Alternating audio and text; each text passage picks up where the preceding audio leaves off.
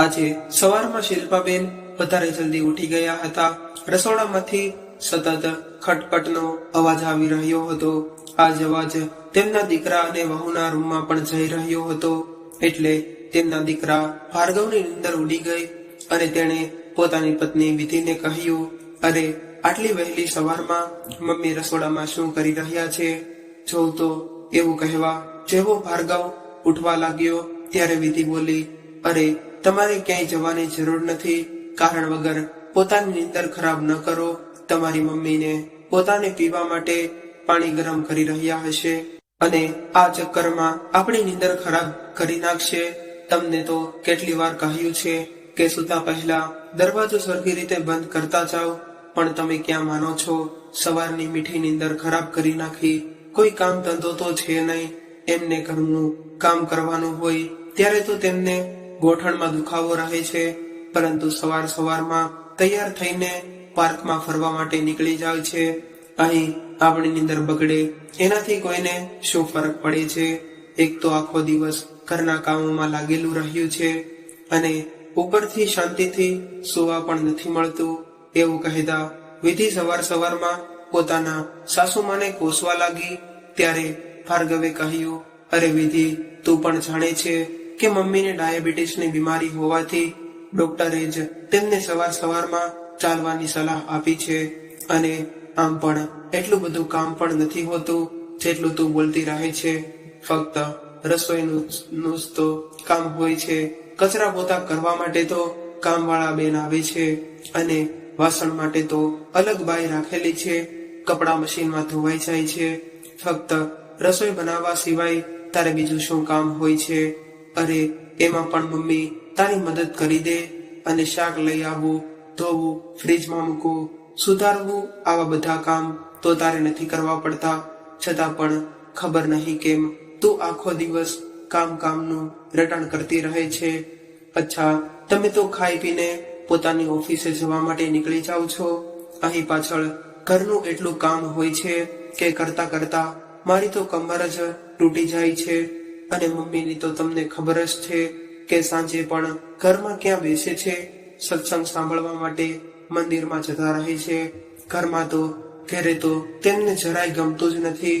અરે જ્યારે તેમને ઘરમાં રહેવું પસંદ જ નથી તો એમને વૃદ્ધાશ્રમમાં જ મોકલી દો ને, તમારી મમ્મીને પણ શાંતિ મળે અને મને પણ। એટલે ભાર્ગવ ગુસ્સામાં બોલ્યો, વિધિ, આજે તે આ વાત કહી દીધી, પરંતુ આજ પછી આ વાત ફરીવાર ક્યારેય કીધી તો મારાથી ખરાબ કોઈ નહીં થાય। શિલ્પાબેનના રૂમનો દરવાજો થોડો ખુલ્લો હતો, જેને કારણે આ બધી વાતો તેમને સાંભળી હતી।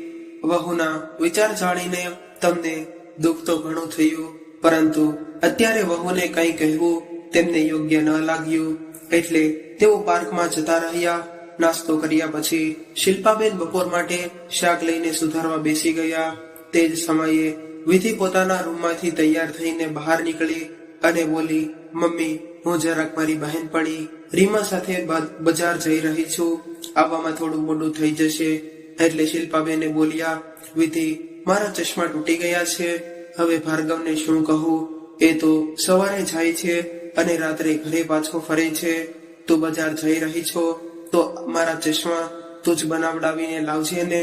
એટલે વિધિ બોલી, મમ્મી, આ મહિને ખર્ચો ઘણો બધો વધારે થઈ ગયો છે અને મારે મારી બહેનપણીના લગ્ન માટે પણ શોપિંગ કરવાની છે, એટલા માટે અત્યારે તૂટેલા ચશ્માથી જ કામ ચલાવી લો। અને આમ પણ તમારે ક્યાં કઈ ઓફિસનું કામ કરવાનું હોય છે કે ચશ્મા વગર નહીં કરી શકો? આવતા મહિને હું તમારા ચશ્મા બનાવડાવી દઈશ। એટલે શિલ્પાબેન બોલ્યા, ઠીક છે બેટા। પછી વિધિ પોતાનું પર્સ ઉપાડીને જતી રહી અને ચશ્મા વગર શિલ્પાબેનને ખૂબ જ મુશ્કેલી પડી રહી હતી। એક દિવસ તેમનો પુત્ર સોનુ તેમના રૂમમાં બેસીને રમી રહ્યો હતો। તેણે પાણી માંગ્યું એટલે શિલ્પાબેન રસોડામાં પાણી લેવા ગયા, પરંતુ ચશ્મા વગર તેમને ધૂંધળું દેખાઈ રહ્યું હતું। અચાનક તેમનો હાથ કાચના ગ્લાસથી અથડાયો અને કાચનો ગ્લાસ પડીને તૂટી ગયો। જેવો જ વિધિએ કંઈક તૂટવાનો અવાજ સાંભળ્યો તો ગુસ્સામાં રૂમમાંથી બહાર નીકળી જમીન પર જોયું તો કાચનો ગ્લાસ તૂટેલો પડ્યો હતો। જોતા જ ગુસ્સે થતા વિધિ બોલી, ભગવાને બે બે આંખો આપી છે તો જોઈને કામ નથી કરી શકતા તમે? મારો આટલો મોંઘો ઇમ્પોર્ટન્ટ ગ્લાસ તોડી નાખ્યો. ખબર પણ છે આ મારી મમ્મીએ આપ્યો હતો. કારણ વગરનું આટલું નુકસાન કરી નાખ્યું. વિધિનો અવાજ સાંભળતા જ ભાર્ગવ બહાર આવ્યો. શું થયું વિધિ? આટલી રાડો કેમ પાડી રહી છે? જુઓ ને, તમારી મમ્મીએ મારો આટલો મોંઘો ગ્લાસનો સેટ બગાડી નાખ્યો. ખબર છે આ મારી મમ્મીએ આપ્યો હતો. એટલે ભાર્ગવે કહ્યું, અરે ભૂલથી પડી ગયો હશે. એમાં આટલી રાડો પાડવાની શું વાત છે? રાઈનો પહાડ બનાવવાનું તો કોઈ તારી પાસેથી શીખે. પછી ભાર્ગવે પોતાની મમ્મી તરફ જોયું અને બોલ્યો, અરે મમ્મી, તમે ચશ્મા કેમ નથી પહેરતા? એના લીધે જ કદાચ તમને કઈ સરખું દેખાતું નહીં હોય. બેટા, અમારા ચશ્મા. હજી શિલ્પાબેને આગળ કઈ કહે તેના પહેલા વિધિ બોલી, ભગવાન જાણે કઈ દુનિયામાં ખોવાયેલા રહે છે તમારા મમ્મી. કારણ વગરનું મારું નુકસાન કરી નાખ્યું. બળબળ કરતી વિધિ પોતાના રૂમમાં જતી રહી અને અહીં શિલ્પાબેનને સમજાતું ન હતું કે આખરે તેમણે એવું પણ શું કરી નાખ્યું હતું કે તેમની વહુ તેમના પર આટલી વરસી પડી. હકીકતમાં વિધિ પર પોતાની કથિક મોર્ડન બહેનપણીઓનો ઘણો પ્રભાવ હતો. તેની ઘણી ખરી બહેનપણીઓ પોતાના સાસુ સસરાથી અલગ થઈને પોતાની અલગ ગૃહસ્થી વસાવી ચૂકી હતી, અથવા તો તેમને વૃદ્ધાશ્રમમાં મોકલીને તેમની જવાબદારીઓથી મુક્ત થઈને સ્વતંત્ર જીવન જીવી રહ્યા હતા. તે બધાની દેખાદેખી વિધિ ઉપર પણ પડી. પોતાના સાસુને આશ્રમ મોકલવાનું ભૂત સવાર થઈ ગયું હતું. ઘણી વખત વિધિ ફોન પર જ ચોટી રહેતી. ક્યારેક પોતાની બહેનપણીઓને પોતાના સાસુ વિશે ખરાબ કહેતી, તો ક્યારેક પોતાની માને ઘરની એક એક વાત કહેતી. એક દિવસ જ્યારે વિધિ પોતાના ઘરની બધી વાતો પોતાની મમ્મીને જણાવી રહી હતી, તો તેની થોડી વાતો પોતાની મમ્મીને જણાવી રહી હતી, તો તેની થોડી વાતો શિલ્પાબેનના કાનોમાં પડી.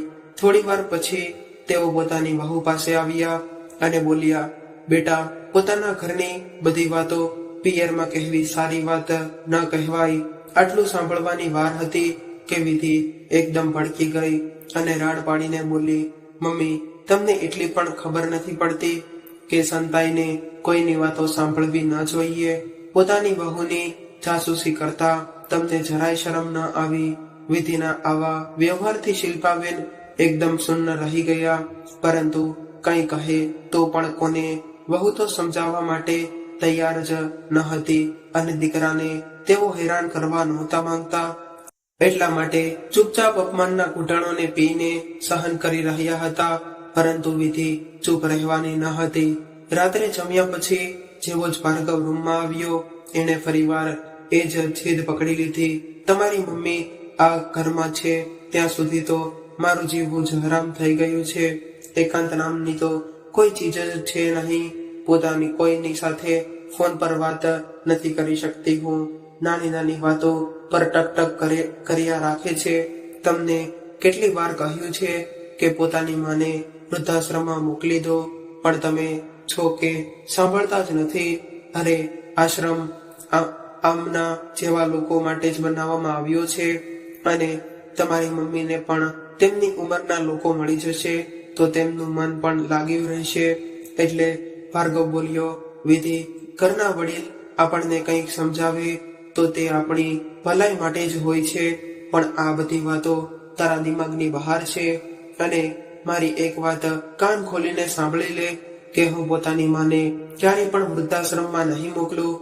અને તને નથી ખબર કે મારી મમ્મીએ મારા માટે કેટલા ત્યાગ કર્યા છે, અને આજે જ્યારે એમને મારી જરૂરત છે તો હું એમનું ધ્યાન પણ ન રાખી શકું તો લાનત છે મારા દીકરા હોવા પર. એટલે વિધિ બોલી, બસ, તમને તો તમારી માં સિવાય આ દુનિયામાં કોઈ દેખાતું જ નથી.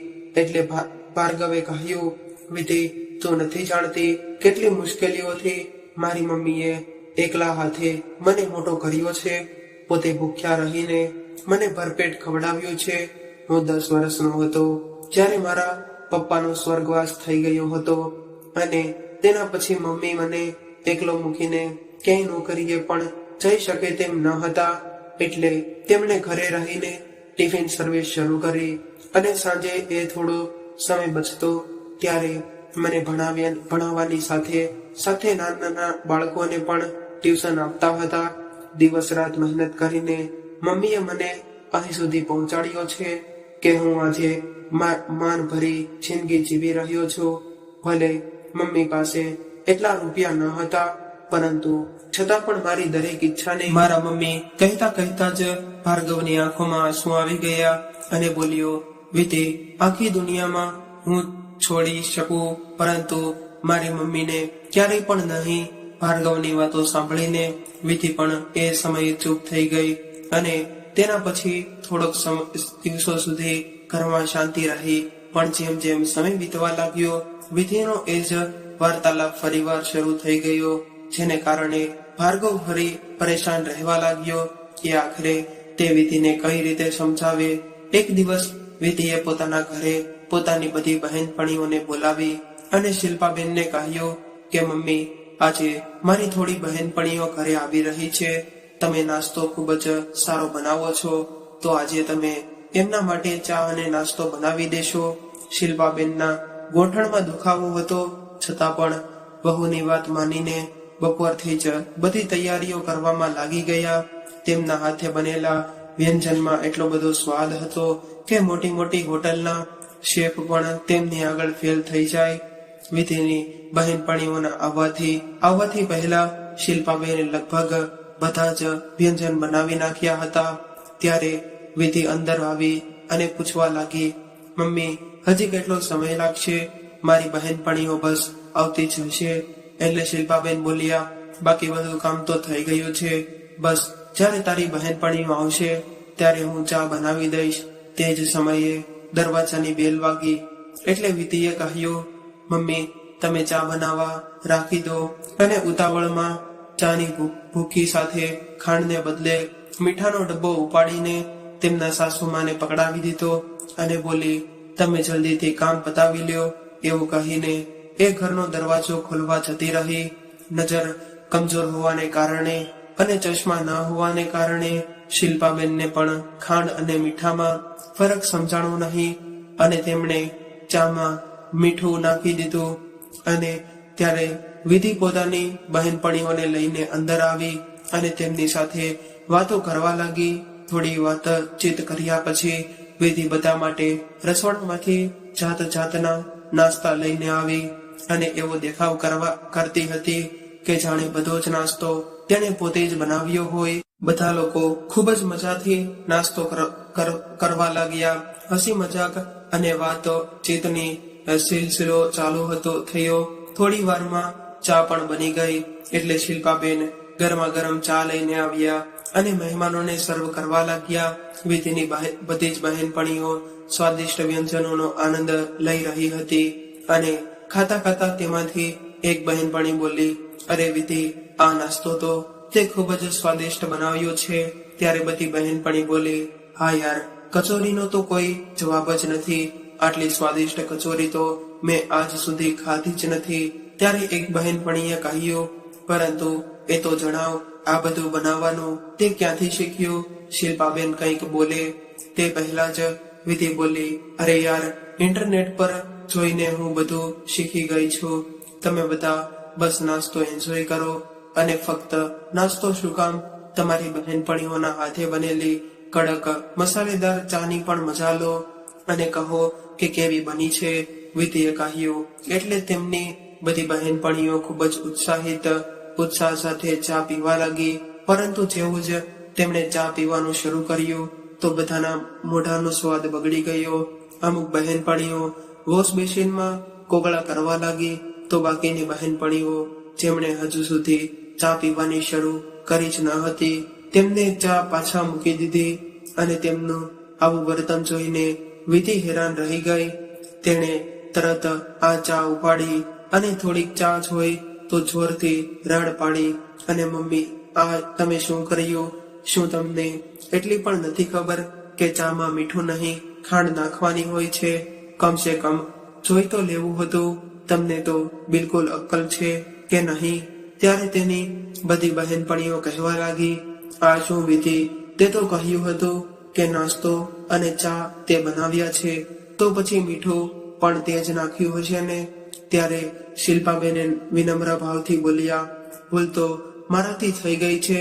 ચા તો મેં જ બનાવી હતી અને સરખી રીતે દેખાતું ન હોવાને કારણે મીઠું પણ મારાથી જ ભૂલથી પડી ગયું હતું. મને માફ કરી દેજે બેટા. ત્યારે વિધિની એક બહેનપણીએ, જે ખૂબ જ સ્વારા સ્વભાવની હતી, ઊભી થઈને શિલ્પાબેનની પાસે આવી અને તેમને ગળે લગાડીને બોલી, ના આંટી, તમે અમારાથી મોટા છો એટલે પ્લીઝ માફી ના માંગો.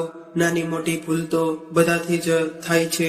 ત્યારબાદ વિધિને તેમને કંઈ પણ કહેવું યોગ્ય ન લાગ્યું. જ્યારે તેની બધી જ બહેનપણીઓ પોતાના ઘરે જતી રહી તો વિધિએ તો જાણે ઘરમાં તોફાન ઊભું કરી નાખ્યું અને શિલ્પાબેનને કહ્યું, મને એક વાત સમજાતી નથી કે તમે મને શાંતિથી જીવવા કેમ નથી દેતા? આખરે તમે શું ઈચ્છો છો? મારી બહેનપણીઓ માટે મેં તમને થોડું કામ કરવાનું શું કહ્યું? તમે તો આખો મીઠાનો ડબ્બો જ ચામાં નાખી દીધો. જો તમને નહોતી બનાવી તો મને કહી દીધું હતું ને. પરંતુ આવી રીતે મારી આબરૂના કાકરા કરવાની શું જરૂર હતી? ત્યારે શિલ્પાબેન બોલ્યા, બેટા, મેં તો પોતાની રીતે બધું બરાબર જ બનાવ્યું હતું અને જ્યારે ચા બનાવવા ગઈ તો મીઠાનો ડબ્બો પણ તે જ મારા હાથમાં આપ્યો હતો. એમ કહીને કે મારી બહેનપણીઓ આવી ગઈ છે, જલ્દીથી ચા બનાવી દો. હવે જો મારાથી તે મીઠું ચામાં નખાઈ ગયું તો એમાં મારો શું વાંક હતો? હજી આ બધી વાત ચિંત ચાલી રહી હતી કે ત્યારે ભાર્ગવ ઘરે આવ્યો અને વિધિને ગુસ્સામાં જોઈને તેણે કારણ જાણવા માંગ્યું. તો વિધિએ રાડો પાડીને તેને બધી વાતો જણાવી. એટલે ભાર્ગવ બોલ્યો, વિધિ, થોડું ધ્યાન તો તારે પણ દેવું જોતું હતું ને. હવે મમ્મીની ઉંમર થઈ ગઈ છે તો કમસે કમ કામમાં તેમને થોડીક મદદ કરી દીધી હોત. અને મમ્મી, તમે તમારા ચશ્મા કેમ નથી પહેરતા? જ્યારે પણ તમે ચશ્મા નથી પહેરતા તો કંઈક ને કંઈક ગડબડ થઈ જાય છે. મને કહો, તમે તમારા ચશ્મા ક્યાં રાખ્યા છે? હું હમણાં લઈ આવું. ત્યારે શિલ્પાબેન બોલ્યા, બેટા, વાત એમ છે કે મારા ચશ્મા થોડા દિવસો પહેલા તૂટી ગયા હતા, જેને કારણે હું સરખી રીતે જોઈ નથી શકતી અને મારાથી કંઈક ને કંઈક ભૂલ થઈ જાય છે. એટલે ભાર્ગવે કહ્યું, તમે પણ કમાલ કરો છો મમ્મી, તમારા ચશ્મા તૂટી ગયા હતા તો તમે મને કેમ નહીં કીધું? એટલે શિલ્પાબેને કહ્યું, બેટા, મેં વિધિને તો કહ્યું હતું પણ તેણે એમ કહીને વાત જવા દીધી કે આ વખતે ઘણો બધો ખર્ચો થઈ ગયો છે એટલે રૂપિયા વધ્યા નથી. આવતા મહિને તે મારા ચશ્મા બનાવીને લઈ આવશે. આ વાત સાંભળીને ભાર્ગવને વિધિ તરફ પ્રશ્નવાચક નજરે જોયું. એટલે વિધિ પોતાનો બચાવ કરતા બોલી, હા, તો શું થયું? આખરે છૂતો માણસને ભૂલ થઈ ગઈ, મમ્મીના ચશ્મા બનાવવાનું. પછી ભાર્ગવે કહ્યું, વિધિ, જેમ તું માણસ થઈને ભૂલ કરી શકે છે એવી જ રીતે તારી મમ્મી પણ માણસ છે. તેમની નાની એવી ભૂલ પણ તેમના પર રાડો પાડવાનું શરૂ કરી દીધું, જાણે તેમણે કોઈ મોટો અપરાધ કરી નાખ્યો હોય. તારા રોજ રોજના આવા વ્યવહારથી હું તો કંટાળી ગયો છું. ભાર્ગવની આટલી વાત સાંભળીને વિધિનો ગુસ્સો સાતમા આકાશે પહોંચી ગયો અને જોરથી રાડ પાડીને બોલી, તમને તો બસ તમારી માં જ દેખાય છે. તમારી જિંદગીમાં મારા હોવા કે ન હોવાથી તમને કોઈ ફરક જ નથી પડતો. જો એવી જ વાત છે તો ઠીક છે, હું મારા પિયરમાં જતી રહું છું. આજ પછી મારે તમારાથી કે તમારા આ ઘરથી કોઈ લેવા દેવા નથી. એવું કહેતા ગુસ્સા પર પગ પછાડતી તે પોતાના રૂમમાં જતી રહી અને બેગ કાઢીને પોતાના દીકરાના કપડાં પેક કરવા લાગી. અને શિલ્પાબેન તેની પાસે આવ્યા અને હાથ જોડીને તેને વિનંતી કરવા લાગ્યા કે બેટા, મારા કારણે તમે બંને પોતાની ગૃહસ્થી શું કામ ખરાબ કરો છો? જો તને મારી ઉપસ્થિતિ ગમતી નથી તો હું જ વૃદ્ધાશ્રમમાં જતી રહીશ. ત્યારે ભાર્ગવ ત્યાં આવ્યો અને બોલ્યો કે ના મમ્મી, તમારે હાથ જોડવાની કોઈ જરૂરત નથી અને તમે આ ઘરમાંથી ક્યારેય નહીં જાઓ. જો વિધિને તમારી સાથે રહેવું પસંદ નથી તો તે જઈ શકે છે, પરંતુ હું તમારો સાથ ક્યારેય નહીં મૂકું. અને હવે આ રોજ રોજના ઝઘડાથી તો હું પણ કંટાળી ગયો છું. વિધિએ પોતાનો સામાન પેક કર્યો અને ભાર્ગવને કહ્યું, જો તમારી ઈચ્છા હોય કે તમારી ગૃહસ્થી પરિવાર વસી જાય તો પોતાની માને વૃદ્ધાશ્રમમાં મૂકી આવજો, તો હું પાછી આવી જઈશ, નહીતર હું ક્યારેય પાછી નહીં આવું. એવું કહીને વિધિ પોતાના પિયરમાં જતી રહી, પરંતુ ભાર્ગવે તેને રોકવાની કોશિશ પણ કરી નહીં, કેમ કે હવે તે આ સમસ્યાનું નિવારણ ઈચ્છતો હતો. આજે ઘરમાં જે કંઈ પણ થઈ રહ્યું હતું એ બધું જોઈને શિલ્પાબેન ખૂબ જ ચિંતામાં પડી ગયા. પછી ભાર્ગવ પાસે આવીને બોલ્યા, બેટા, તું કંઈ પણ એવું પગલું ન કરતો કે જેનાથી સમસ્યા વધી જાય. મારા કારણે તારી ગૃહસ્થી ખરાબ થાય એ હું બિલકુલ નથી ઈચ્છતી. એટલા માટે હું કાલે જ વૃદ્ધાશ્રમમાં જતી રહીશ. પછી તું વિધિને ઘરે પાછી લઈ આવજે. એટલે ભાર્ગવ બોલ્યો, ના મમ્મી, ગૃહસ્થી કોઈ એક માણસના ભરોસે ન ચાલે. એમાં બે લોકોનું બરાબરનું યોગદાન હોય છે, પરંતુ અહીં તમારી વહુ કોઈ પણ પ્રકારનું યોગદાન દેવા માંગતી જ નથી, અને હવે તેને તેની જ ભાષામાં સમજાવવી પડશે. એવું વિચારીને તેણે ક્યાંક ફોન લગાડ્યો. પછી વિધિ ઝઘડો કરીને પોતાના પિયરમાં આવી ગઈ તો તેના માતા પિતાએ તેની ચિંતા થવા લાગી, પરંતુ કોઈએ તેને કંઈ પણ કહ્યું પછી નહીં. અને 2 દિવસ તેની ભાભીએ પણ તેને ખૂબ જ સેવા ચાકરી કરી, પરંતુ 3જા દિવસે જ્યારે વિધિ પોતાના માતા પિતા સાથે બેઠી હતી ત્યારે તેની ભાભીએ જમવાનું તૈયાર કર્યું. જમવાની થાળી જોતા જ વિધિના પપ્પા તેની ભાભીને કહેવા લાગ્યા કે બેટા, શાકમાં તેલ ખૂબ જ વધારે છે. તને તો ખબર છે કે મને બ્લડ પ્રેશરની તકલીફ છે, એટલે તેલ થોડું ઓછું નાખજે. એટલે તેની ભાભી ગુસ્સાથી બોલી, પપ્પા, આ તો તમારું રોજનું કામ છે. ક્યારેક તમને શાકમાં તેલ વધારે લાગે છે, તો ક્યારેક ચામાં ખાંડ, અને કાંઈ નહીં તો સુકાયેલી રોટલીના રોંદલા રોવા લાગો છો. હું તો કંટાળી ગઈ છું આ રોજ રોજના નાટકથી. આખો દિવસ હું કામમાં લાગેલી રહું છું, ઉપરથી તમારા લોકોની આ ટકટક. અને પછી વિધિ તરફ જોઈને તેની ભાભી બોલી, હાલતા ને ચાલતા ઘરમાં કોઈને કોઈ મહેમાન આવી જાય છે તો તેમની સેવા ચાકરીની જવાબદારી પણ મારા માથે નાખી દેવામાં આવે છે. ના અહીં તમને પ્રાઇવસી મળે છે, અને ના હું પોતાની રીતે જીવી શકું છું. હવે મારાથી નથી થતી તમારા બધાની સેવા ચાકરી. મારી પોતાની પણ જિંદગી છે, જેને હું આરામથી જીવવા માંગુ છું. થાકી ગઈ છું આખો દિવસ તમારા બધાની નોકરી કરતા કરતા. હવે મારે તમારા લોકોથી અલગ રહેવું છે. વિધિ પોતાના ભાભીની આવી વાતો સાંભળીને હેરાન રહી ગઈ. પછી બોલી, ભાભી, નાની એવી તો વાત છે, તમે આટલો ગુસ્સો કેમ કરી રહ્યા છો? ત્યારે તેની ભાભી બોલી, વિધિબેન, તમારે વચમાં બોલવાની કોઈ જરૂર જ નથી. આ અમારા ઘરનો મામલો છે. તમે તમારું ઘર જુઓ. તમે આ ઘરમાં મહેમાન છો, તો મહેમાન બનીને જ રહો. એટલે વિધિ ગુસ્સામાં બોલી, ભાભી, તમારી હિંમત કેમ થઈ મને મહેમાન કહેવાની? આ ઘરની દીકરી છું હું, મારો પણ આ ઘરમાં પણ પૂરો હક છે.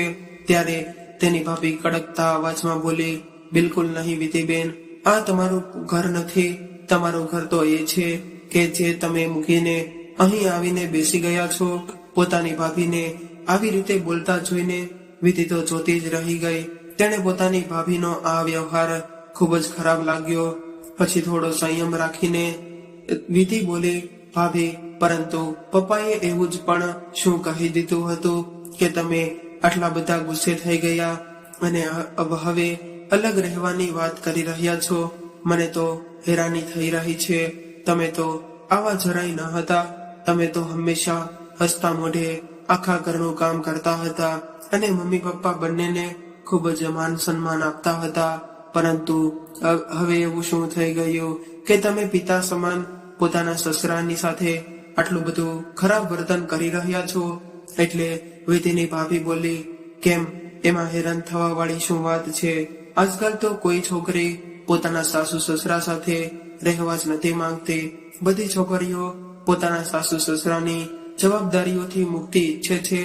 પોતાનો અલગ પરિવાર વસાવવા માટે માંગે છે.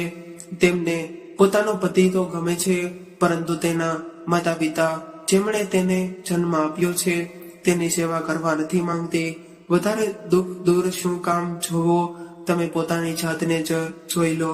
તમારા સાસુ આખો દિવસ તમને ઘરમાં કામોમાં મદદ કરે છે, પરંતુ છતાં પણ તમારા સાસુની ઉપસ્થિતિ તમને પોતાના ઘરમાં એકલી ખટકે છે કે પોતાના સાસુને વૃદ્ધાશ્રમમાં મોકલવાની જીદ લઈને પોતાના પિયર આવીને બેસી ગયા છો, જ્યારે તમે પોતે તમારા સાસુમાંથી મુક્તિ પામવા માંગો છો. તો પછી તમે આ બધી વાતો મને કેવી રીતે કહી શકો? પોતાની ભાભીના આ વાતો સાંભળીને વિધિની આંખોમાં આંસુ છલકાઈ ગયા અને તે પોતાના મમ્મી તરફ જોવા લાગી. ત્યારે તેની મમ્મીએ તેને એક જોરદાર તમાચો તેના ગાલ પર મારી દીધો અને પોતાની મમ્મીનું આવું વર્તન જોઈને વિધિ હેરાન રહી ગઈ અને બોલી, મમ્મી, તમારા બંને સાથે ભાભી આટલું ખરાબ વર્તન કરી રહ્યા છે અને તમે મને મારી રહ્યા છો. ત્યારે તેના મમ્મી ગુસ્સામાં બોલ્યા, શરમ વગરની, જ્યારે તું પોતાની સાસુમાં ઉપર રાડો પાડે છે, તેમને આટલી ખરી ખોટી સંભળાવે છે, અહીં સુધી કે તેમનાથી અલગ રહેવાની જીદમાં તેમને વૃદ્ધાશ્રમમાં મોકલવા પર અડી ગઈ છો, ત્યારે તારા આ બધા વિચારો ક્યાં ગયા હતા? જે માણસના રૂપિયાથી તું સુખ શાંતિથી જીવે છે તેને જન્મ દેવા વાળી માને જ તું જેમ તેમ સંભળાવી દે છે, એમનું અપમાન કરે છે, ત્યારે તને આ વાતનો કોઈ અહેસાસ નથી થયો કે સાસુમાના સમાન હોય છે? ત્યારે તું પોતાની જાતને બિલકુલ સાચી સમજે છે, પરંતુ જ્યારે તે જ વ્યવહાર તારી ભાભીએ અમારી સાથે કર્યો તો તને તારી ભાભી ખોટી લાગવા લાગી. પોતાના માતા પિતા સાથે આવો વ્યવહાર કરતા જોઈને તને કેટલું દુઃખ થઈ રહ્યું છે.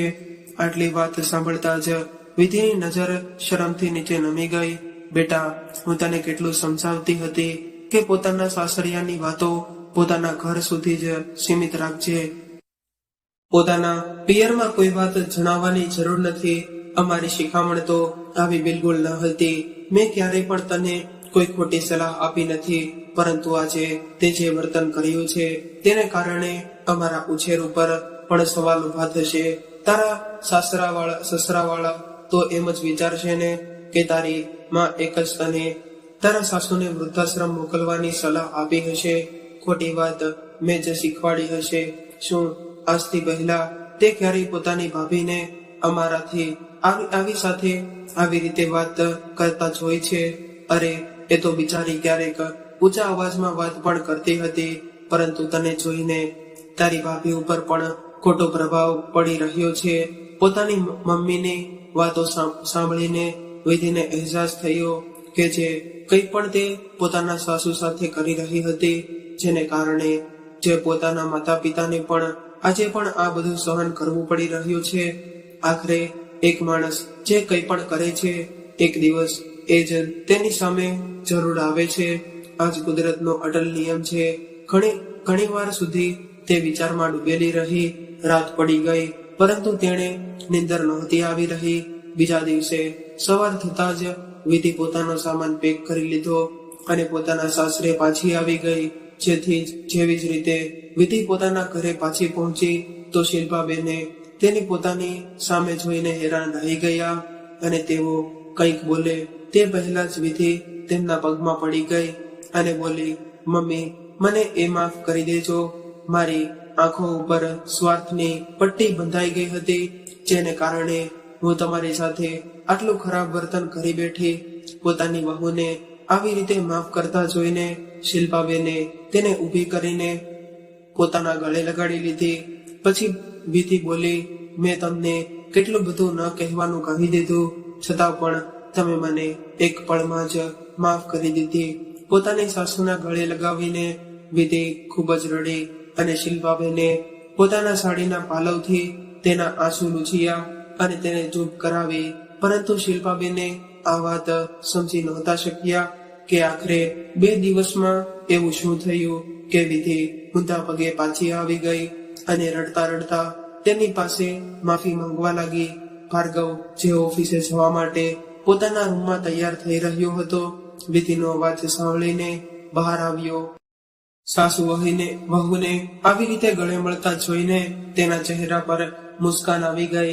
તૈયાર થઈને ઘરની બહાર નીકળ્યો તો સૌથી પહેલા તેણે પોતાના સાસુમાને ફોન કર્યો અને તેની મદદ માટે તેમનો આભાર માનતા બોલ્યો, મમ્મી ધન્ય છો, તમે પિતા પોતાના સંતાનની ખોટી વાત પર તેમનો સાથ ન આપીને તેમને આવી જ રીતે સાચા રસ્તા પર લઈ આવે તો કોઈ પણ ઘર પરિવાર ક્યારેય ન તૂટે.